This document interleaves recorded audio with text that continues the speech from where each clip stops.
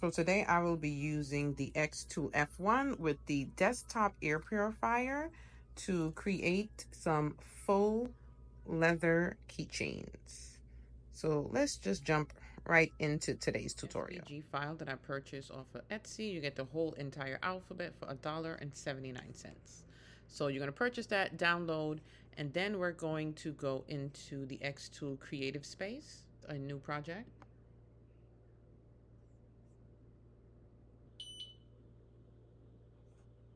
Okay, we are connected. Now, right here where it says mode, you want to go there. We're using the slide extension. So you're going to select slide extension. Now you see this blue pop up. You're going to click go and just follow these steps to align it. I showed how to do that with the unboxing and setup video, but every time you're going to use this, you just align it to make sure it's correct. And we're ready. That's it. So we're gonna go and get our file. So I'm gonna go to my downloads. I'm gonna go into here. I'm using an SVG file. I'm gonna use the letter J. So you're gonna click, drag, and drop. When you see how it highlighted like that, that's how you know it's gonna drop into the creative space. Now here, it'll ask you to scale. You're gonna say no, display in its original size. Now you see how large it is? We're going to just swing it this way just to fit. Now this rectangle is representing our slide extension. That's not that straight, so I'm just going to straighten it out a bit. You select this comes up. We're going to cut. Now, I tried a bunch of different settings to make sure this works well. So this is what worked best. We're going to change the power to 85. And then the speed to 12. Right? And that's that. It is still a little crooked, but I feel like I'm turning, and it's not straightening 100%. Now, I want to engrave a name on here. I think that's straight. So you're going to click on this letter here. When you click on it, you come back on the grid and click. And now it has the word here, right? So we're going to double click to highlight that and then type in, I'm going to type in Janelle. So that's the name I want to engrave on here. So with the engraving, we're going to fix the settings first and then go over to change the font. So you're going to make sure you click on engrave, not score and not cut for this, right? Now put it on the J and let's size it, even though we might have to change it when we change the font. So maybe we should go to the font first. So right over here where it says text, click on Lotto, and then it has a bunch of fonts here. I know specifically which one I want. And it's going to be baby. See? So I'm going to make it a little larger just to fit in that. Go a little smaller. I want some space between the engrave and the cut. So I'm just going to center it where I want it. I'm using the arrow key so it goes slower so I could get it. See that? Perfect. So that's where I want it, right? So now for engrave, we're going to change that power to 40. And I think I did this project maybe 10 times before I got it right. And then the speed we're going to leave on 80, right? And now for this part, we want to make sure this is lined up correctly. So you're going to get your material. I'm going to move this over. These are the clamps that hold your supplies in place. So we're going to use this pink faux leather. I'm just gonna lay it fully here. Just put a little clamp on there. So now you're gonna go to framing and it has this button, the three lines. You're gonna click that. We want the outline. So it's outlining the exact shape of our project, right? And then you're gonna click on framing.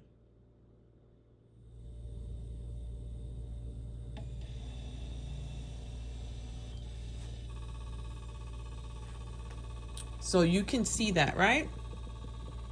See where it's framing? But what I want to show you here, this button on the side, when you turn it forward, it's going to drag it across so you can see how far your design is going to go and how much space you need. See that?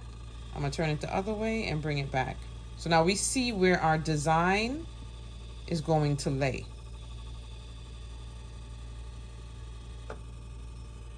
So now we have the material we want. We see that J stop, see the end right there. Turn the knob, keep going. Let's go the other direction. And see it stops right here. And also you see the clamp that's holding that in place. It's not getting in the way, right? So now we're gonna press OK. We're going to stop framing. And then right here, the thickness is going to be 3. Now let's go to process.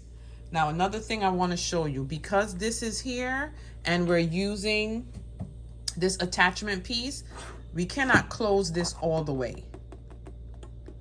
So we're going to leave it a little bit up just with enough space so it can slide through. But when you're leaving this up, you have to put on your y'all see me in the background, hey, you have to put on your protective glasses. All right, you will mess up your eyes, I promise you. If not, if you don't have them yet, they are on Amazon. I'll link it for you guys.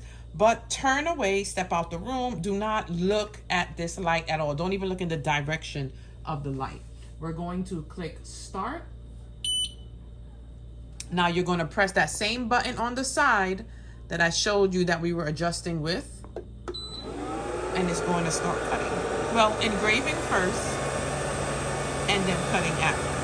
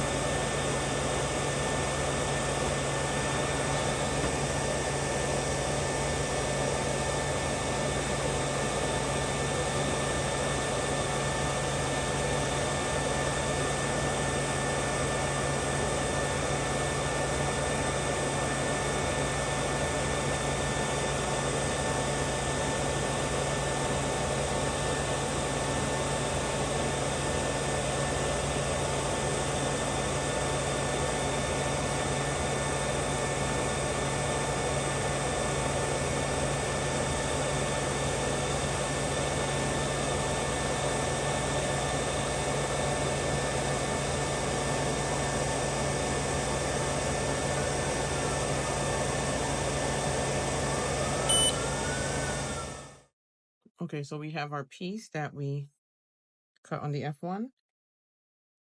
I'm going to use this piece. And this is the glue that I have available. I got this from Michael's. And this is what I'm going to be using today. It has either a brush piece, or you can use the top and just pour it on. So we're going to thread that through.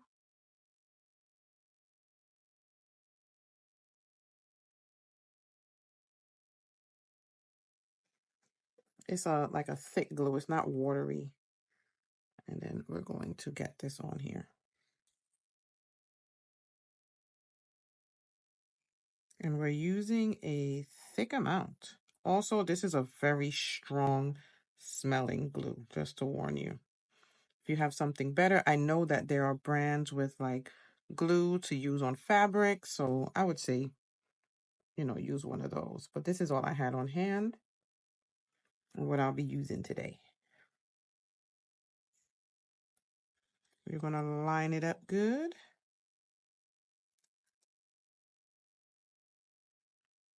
There we go. I almost glued my nail down. And then we're just going to press and hold this together for a little bit.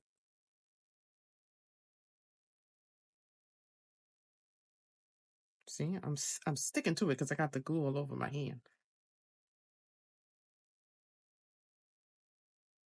Okay, sticking to everything. Be very careful. But there you have it. Look at that. I also did it in another color. This was like my test one where I was trying out different settings. And there you have it. Faux leather keychains using the xTool F1.